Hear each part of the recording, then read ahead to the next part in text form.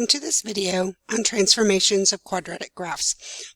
By the end of this video, you should be able to describe the transformation a quadratic graph has gone under, including stretch and shrink, left and right, horizontal, and vertical up or down. All right, so there's a discovery that comes immediately prior to these notes. You should have gone through using Desmos, trying this discovery to help bolster what we're learning today. So when we have our graph, our equation in vertex form, this is our vertex form that we've talked about previously, each piece of the equation has a meaning to the location of the quadratic graph. Okay, we've talked about several times, if the value out front is, if you have no sign out front, it's really positive, that means the graph opens up. If you have a negative sign out front, that means the graph opens down. Okay, a lot of times we'll call this a reflection if it opens down. Okay, so that would be a reflection if it opens down. And really, it all comes down to how does anything compare to a particular graph, and usually it's to the parent graph. So the parent graph in this case will be centered at 0, 0 and looks similar to this. So if it opens down, that's different than the parent graph, so we would call it a reflection. If it's positive, we don't mention it because it's exactly the same. No transformation is taking place because it's the same as the parent graph. Now our A value, you kind of have to think about this positive or negative completely separate from this A value. When we talk about the A value, we want to talk about the number only, not the sign in front of it. So if this number, completely ignoring these signs, okay, if that number is between 0 and 1, we call this a vertical shrink.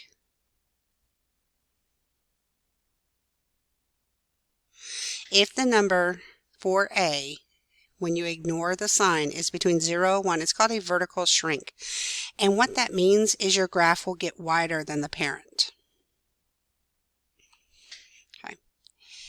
If that number in the A spot, ignoring any sign, is greater than 1,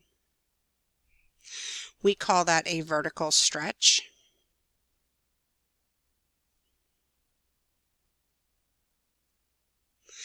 And your graph will get narrower.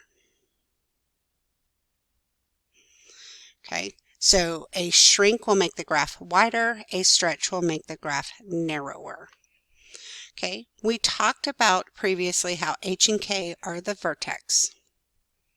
So the H value is the X value of the vertex. And we've talked also about how, because the formula says minus here, when the number comes out, it actually changes signs. And so for that reason, if we have in the parentheses, if it says minus H, that's actually a positive number that's been plugged into a formula with a negative sign in it. A negative H says your graph is going to move to the right. We had a similar thing when we talked about exponential functions too, that it moved opposite what the sign is showing. If in your parenthesis it says plus H, that means your whole graph is going to move to the left. Okay. Now our K value, that's the Y value of the vertex.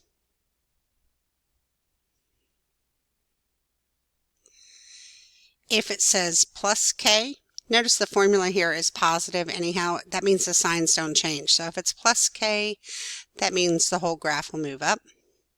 If it says minus K, that means the whole graph will move down. We talked about a similar thing when we talked about asymptotes.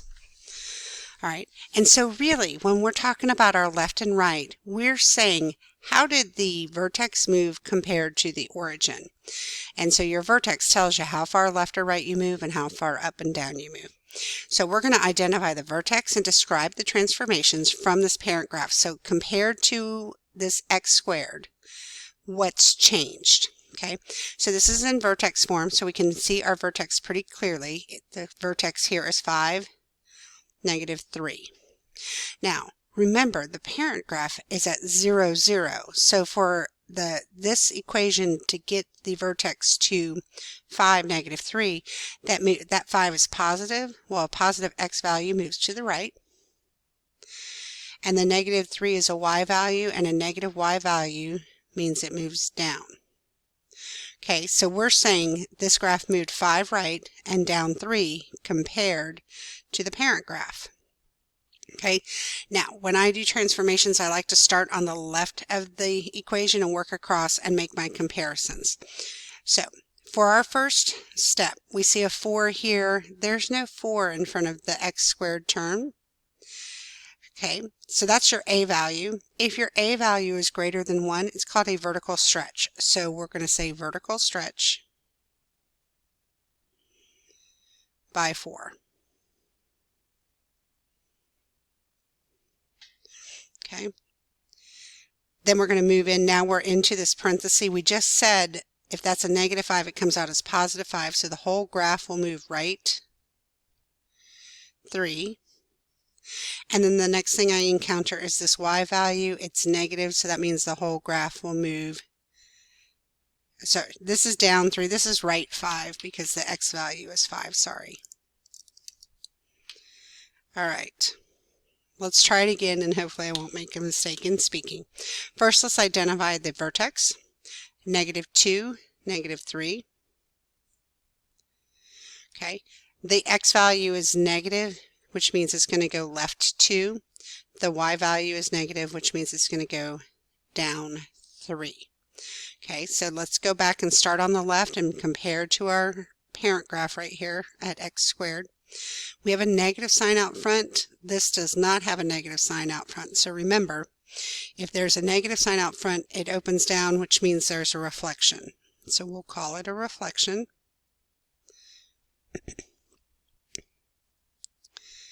All right, then I keep moving across. Now I'm in the parenthesis. That's a -2, so we're going to go left 2. Keep going. The last thing I see is that -3. That's the y value, so we're going to go down 3. All right, we're going to try it again. I like to always name my vertex first, and my vertex here is +2, -1. An x value that's positive means it moves to the right. A y value that's negative means it moves down. Then I'm going to go back and start at the beginning. There's a 3 here. There's not a 3 in the parent graph.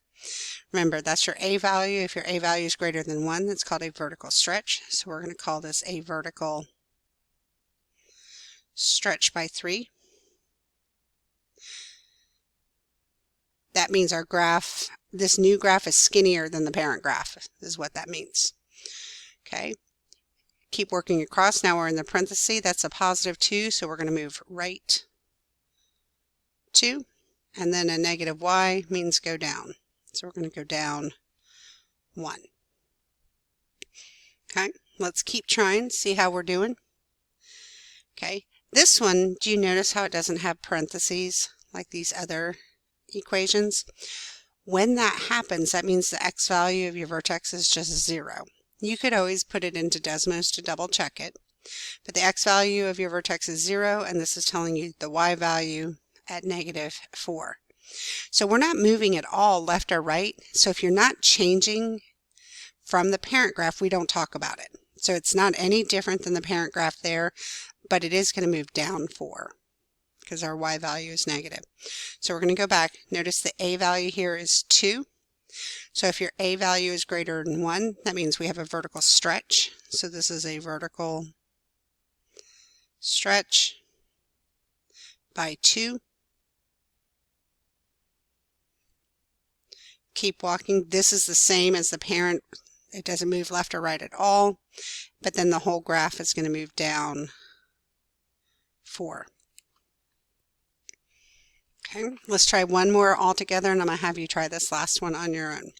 So name your vertex. In this case, it's -2, +3. If an x value is negative, that means it's going to move left. If a y value is positive, that means it's going to move up. Okay, now we know our horizontal and vertical moves, but we're going to go back. There's a negative sign out front. There's not a negative sign in front of the x squared. That means a reflection. It means it opens down. Okay. Now we have a 1/4. There is no 1/4 in front of the x squared. Remember, we have to ignore any sign that's there. It's just the number. 1/4 is between 0 and 1. It's actually 0.25. So this means we have a vertical shrink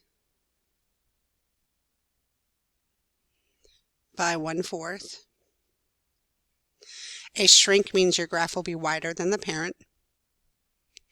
We're into this parenthesis. We said the x is negative, so we're going to move left 2. The y value is positive, so we're going to move up 3. Okay, go ahead and pause the video and try this last problem all on your own and see how you do. Okay. So my vertex here was 6, -4. The x value is positive, which means it moves right. The y value is negative, which means it moves down. So I'm going to start at the front. There's a 1/2, which is not in front of the parent graph. Your a value is 1/2, which is between 0 and 1. So that makes it a vertical shrink by 1/2.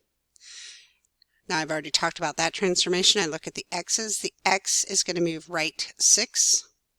And I go on to the y's, and the y values are going to move down by 4. Right? So we're just talking this is talking about how does the vertex move, and this talks about is it narrower or wider than the parent. If it's the same as the original parent graph, we don't talk about it because no transformation has occurred. Now, we're going to take the same idea, but we're going to work in reverse. Instead of having the equation and writing the transformations, I'm going to give you some transformations, and we're going to write the equation. So compared to x squared, we want to know what is changing. So we want to plug this into y equals a times x minus h squared plus k. Okay, so this says shifted to the right. Okay, that means the vertex is x value is a +4, and then it says up 4. So my vertex here is actually 4, 4. Those are the only transformations that took place. So when I look at my parent graph, I see that the a value is 1, which means the a value in this equation will also be 1. So I'm just going to put well, it's a 1, so we're not going to put anything there. The a is replaced by a 1. I'll write it here so you can kind of see it. Okay. Then it says x minus h. So h is a +4, so it becomes x minus 4 squared. Then it says plus k. K is positive, so it's plus 4. Okay. So we just did the opposite. So we're plugging in anything that we're told and building it off this base parent graph. So let's try it again. We have a reflection and a shifted left. So a reflection means we have a negative sign out front, and a shifted left means my x value of my vertex is -11. They didn't mention the y at all. That means the y value is 0 because that's what it is in the parent graph. It hasn't changed. Okay. They don't mention anything about stretch or shrink. So we wrote y equals here. We can just as easily have written f of x because f of x means y. The a is not mentioned for stretch or shrink, so a is 1. Then you have your parenthesis with your x minus h. So x minus -11 becomes x plus 11 because when you put it in, it's going to change signs. Squared. Nothing's happening with the y value, so we're not going to stick anything off the end here because it doesn't change the value to put +0, so we're not going to write it. Okay, let's take a look. Moved down 17. So that moving down is a y value. So we know the y value of our vertex goes down 17. Our x value is not mentioned. Well, the original parent's at 0, so that's our vertex. That kind of helps us look at this. F of x equals, they don't mention anything about a stretch or a shrink, so my a value is 1. Now it has, our x value is 0, so x minus 0 squared minus 17. That's our down part. Now, you're not going to see this written about like this. You know, math people like to only write what we have to write, so we don't need the 1. And we actually don't, we're not going to write the minus 0 because it doesn't change the value. So this is actually just x squared is what happens there. And then minus 17. This problem is like this problem up here where because the x value was 0, we had 2x squared. We didn't have to have the parentheses. One last one. We have a reflected. Okay, so that means subtracting, and not subtracting a negative sign out front. Shifted left 9 means the x value of the vertex is negative 9, and down 8 means the y value is negative 8. They haven't talked anything about a stretch or a shrink, so our a value doesn't change. So the a value would be 1, but you don't have to write it. It's called an understood 1. So our formula says x minus whatever h is. Well, h is negative 9, so x minus negative 9 is x plus 9. And we square that, and then down 8. Hopefully that was helpful. Let me know if you have any questions, and I'll see you in class.